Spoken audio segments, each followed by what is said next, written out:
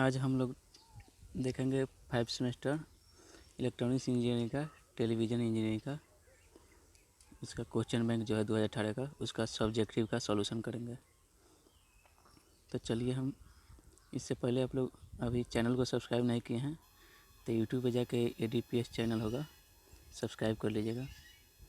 और वीडियो को जितना हो सकेगा कि अब सब्जेक्टिव का सॉल्यूशन हो रहा है 2018 का, प्रत्येक ईयर का क्वेश्चन बैंक का सॉल्यूशन होगा सिर्फ सब्जेक्टिव का। तो आप हम चाहेंगे कि हमारे वीडियो को मतलब ज़्यादा लोगों के पास पहुंचाए, जो भी अपने इलेक्ट्रॉनिक्स इंजीनियरिंग के 5th सेमेस्टर का है स्टूडेंट लोग उनके पास पहुंचाए, शेयर करें। तो चलिए हम एक नंबर को जो ग्रुप बी का जो क्वेश्चन है 2018 का टेलीविज़न इंजीनियरिंग का उसको हम देखते हैं। ये आपका ग्रुप बी है। ग्रुप बी का क्वेश्चन नंबर 1 है। ग्रुप बी में मतलब आप लोगों का जैसे ये 2 नंबर क्वेश्चन है तो हम 1 नंबरिंग कर दिए हैं। 1 नंबर क्वेश्चन है हमारा कि what do you mean bye horizontal scanning. ये 2018 का प्रीवियस ईयर का है। यानी हॉरिजॉन्टल स्कैनिंग से आप क्या समझते हैं। तो देखिए पहले हॉरिजॉन्टल स्कैनिंग का हम लोग परिभाषा देख लेते हैं। यहाँ कह रहा है कि क्या movement of electron beam from left to right on screen is known as trace period. यानी कि जो टीवी का स्क्रीन होगा उस पर राइट से लेफ्ट की तरफ लेफ्ट से राइट की तरफ जो इलेक्ट्रॉन बीम का मूवमेंट होता है उसे हम ट्रेस पीरियड कहते हैं। और आगे कह रहा है when the beam return quickly from right to left is called retrace और फ्लाई बैक। यानी कि जब बीम लेफ्ट से राइट चल जाता है और फिर राइट से लेफ्ट रिटर्न करता है उसको रिट्रेस लाइन कहते हैं। उसके बाद कह रहा है trace and retrace period together in horizontal direction is known an horizontal scanning. यानी कि ट्रेस एंड रिट्रेस पीरियड ये आपस में होते रहते हैं एक डायरेक्शन में, हॉरिजॉन्टल डायरेक्शन में, जिसे हम हॉरिजॉन्टल स्कैनिंग के नाम से जानते हैं। यहाँ हमारा हॉरिजॉन्टल फ्रीक्वेंसी निकालने का फॉर्मूला है number of line in frame, एक गुना का चिन्ह है, नंबर ऑफ फ्रेम पर सेकेंड। इसे मान लेते हैं नंबर ऑफ लाइन है 625 और गुना 25 या नंबर ऑफ फ्रेम है, तब गुना करने के बाद आपका आएगा 15,625 हर्ट्ज। ये हो जाएगा हमारा हॉरिजॉन्टल फ्रीक्वेंसी। आप यहाँ पर फिगर भी देख सकते हैं, ये फर्स्ट लाइन है या सेकंड लाइन है या थर्ड लाइन है। ये जो ये फर्स्ट ये है जो लेफ़्ट से राइट जा रहा है इसको ट्रेस कहेंगे, और फिर राइट टू लेफ़्ट आ रहा है इसे रिट्रेस कहेंगे। तो चलिए हम इसका दूसरा देखते हैं। ये और में क्वेश्चन दिया गया है डिमेरिट्स ऑफ पाल सिस्टम, यानी पाल सिस्टम का डिमेरिट बताना है आपको। तो देखिए 1 नंबर हमारा डिमेरिट कहती है costliest receiver due to complex circuit for electronic switching. यानी इलेक्ट्रॉनिक स्विचिंग जो इसका जटिल सर्किट है वो बहुत ही महंगा रिसीव होता है। और 2 नंबर है हमारा लोअर फ्रेम रेट, इसका लो फ्रेम रेट होता है, अतः यानी लो फ्रेम रेट होता है और मोर फ्लिकर होता है।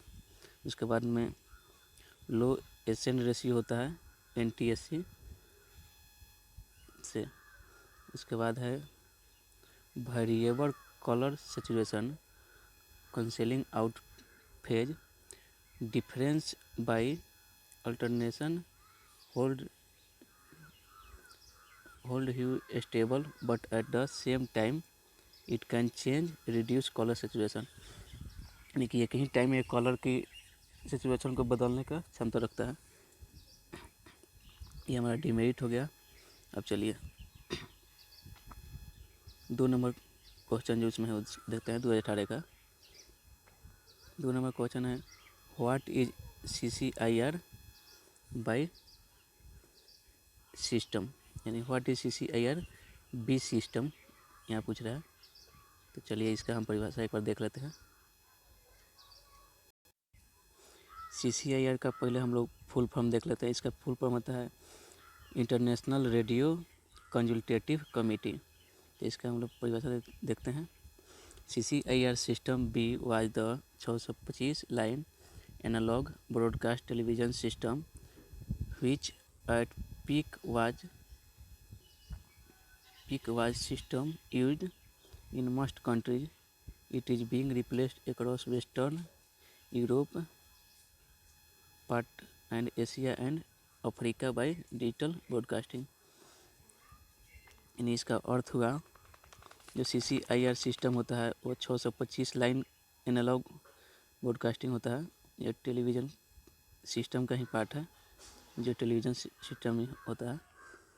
इसके बाद में यह कह रहा है कि यह कह रहा है कि 625 line analogue broadcasting television system जो था यह चरम सीमा पर उपयोग हो रहा था, जिसमें डिजिटल माध्यम से अब सुधार किया जा रहा है। तो वो कौन कौन से देश में है? तो ये वेस्टर्न में है, यूरोप में है और एशिया और अफ्रीका का भी पार्ट है, जिसमें डिजिटल माध्यम से सुधार किया जा रहा है। हमारा 3 नंबर क्वेश्चन है। पहले इसका और का क्वेश्चन देख लेते हैं जो और में दिया गया है 2018 का। What do you mean by photo electric effect? यानी फोटो इलेक्ट्रिक इफेक्ट से आप क्या समझते हैं? तो इसका एक the photo electric effect refer to what happens when electrons are emitted from a material that has absorbed electromagnetic radiation. यानी कह रहा है कि फोटो इलेक्ट्रिक इफेक्ट से हमें पता चलता है कि जब हम इलेक्ट्रॉनों को सामग्री से उत्सर्जित करते हैं तो इसमें विकिरण ऊर्जा जो होता है वो अवशोषित किया रहता है।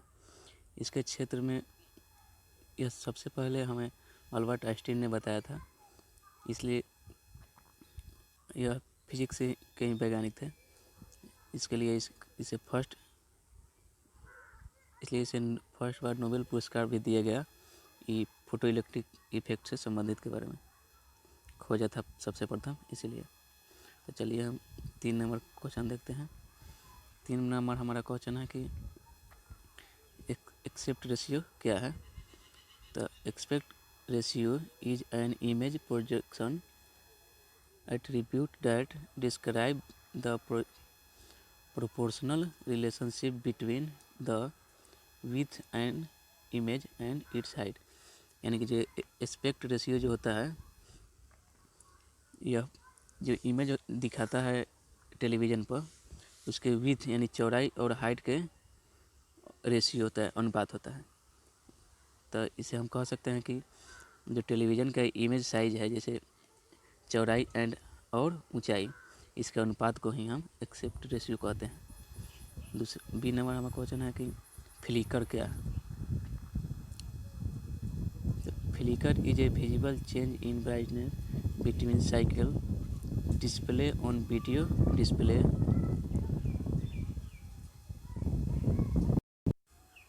हम वीडियो पढ़ने से पहले हम लोग फ्लिकर के बारे में ही जान लेते हैं।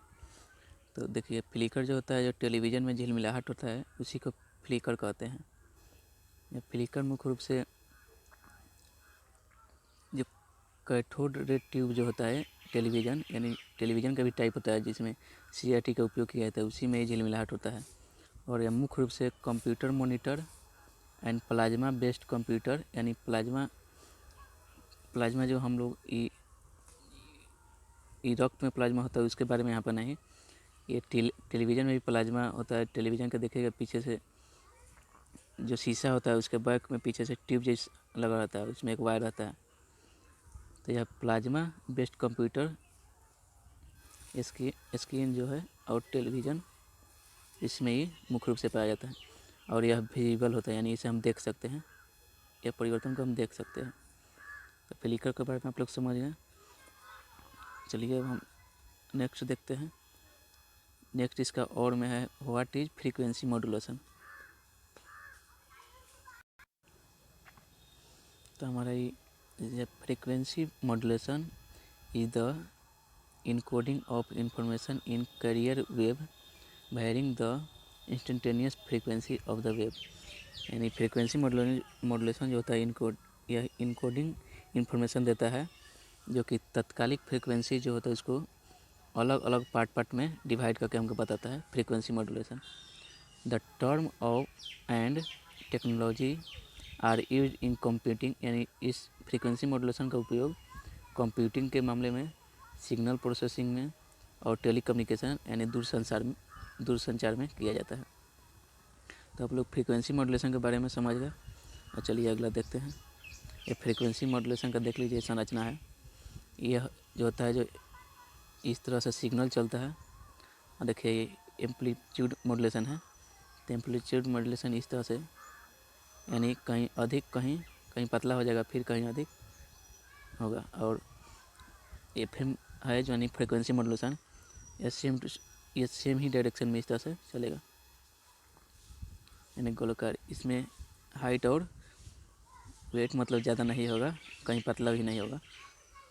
तो चलिए अगला हम चालू करते हैं। अगला हम देखते हैं क्वेश्चन। चालू करने का मतलब ही वही हुआ। अगला क्वेश्चन देखते हैं, हंसिए मत। तो चलिए हम देख लेते हैं 4 number question. Explain additive mixing of colour.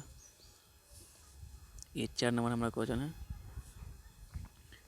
यह हमारे हिसाब से तो VVI क्वेश्चन है, आप इसे याद कर लीजिएगा। चलिए देखते हैं। कह रहा है क्वेश्चन कि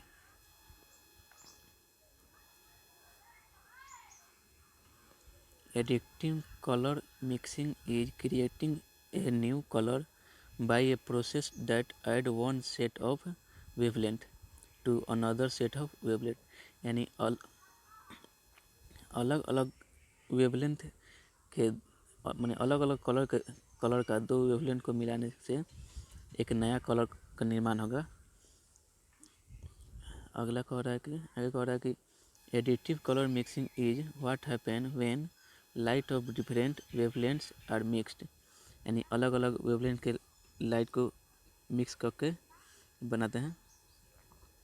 आगे कह रहा है कि subtracting colour mixing occur when we mix paint, dye और पिगमेंट, यानी कि पेंट के निर्माण करने में भी अलग अलग कलर का मिला के हम लोग निर्माण करते हैं।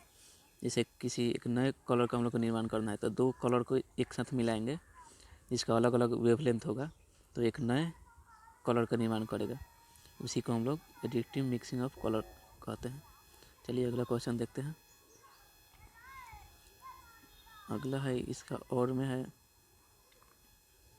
What is difference between TV receiver and video monitor, यानी मॉनिटर एंड टेलीविज़न रिसीवर के अंतर को समझना है। तो चलिए इसका अंतर को हम लोग देखते हैं।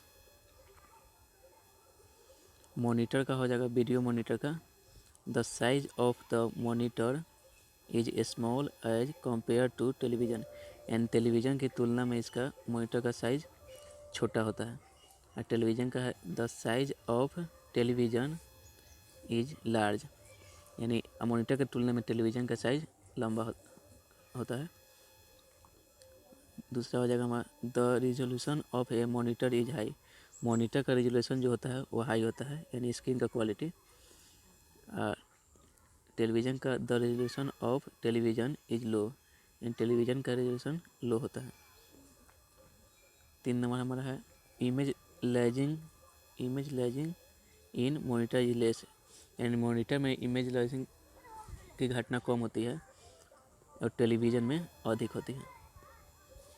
The viewing of angle of A monitor is approximately 110 degree, monitor का जो व्यूइंग एंगल होता है लगभग 110 डिग्री होता है और टेलीविज़न का व्यूइंग एंगल लगभग 160 डिग्री होता है। अब देखिए अगला देखते हैं। Image quality on monitor is more sharp and clear, जो इमेज क्वालिटी होता है मॉनिटर का वह अच्छा और चिकना होता है, यानी कि पूरा फ्रेश दिखाई देगा आपको। और वहीं जो होता है टेलीविज़न में, इसमें भी अच्छा और स्मूथ होता है। मॉनिटर में फिर देखिए there is more number of input jack in a monitor to connect more device, यानी मॉनिटर में अधिक डिवाइस को कनेक्ट करने का जैक दिया जाता है और वहीं टेलीविज़न में नहीं रहता है, यानी रहता भी होगा तो कम रहता है। अब देखिए ये अंतिम नंबर है अंतर, monitor do not have a Turner, यानी मॉनिटर को हम लोग टर्नर नहीं कह सकते हैं, टर्नर नहीं है। और television has a Turner, television को हम लोग टर्नर कह सकते हैं। तो यहीं पर क्वेश्चन बैंक सब्जेक्टिव जो 2018 का था, यह सिर्फ 4 नंबर पूछता है। तो 4 नंबर का जो टेलीविज़न पूछता है वह तो ख़त्म हो गया। अब कल इसके अगला ग्रुप सी का हम लोग कल ग्रुप सी का देखेंगे सब्जेक्टिव। अब अभी तक सब्सक्राइब नहीं किया तो कर दीजिए, और पसंद आया वीडियो तो लाइक कीजिए। कोई अगर प्रॉब्लम हो, डाउट हो वीडियो के बारे में कि ना वीडियो ऐसा नहीं बनना चाहिए, ऐसा बनाना चाहिए, तो आप लोग कमेंट में बताइए। चलिए, धन्यवाद।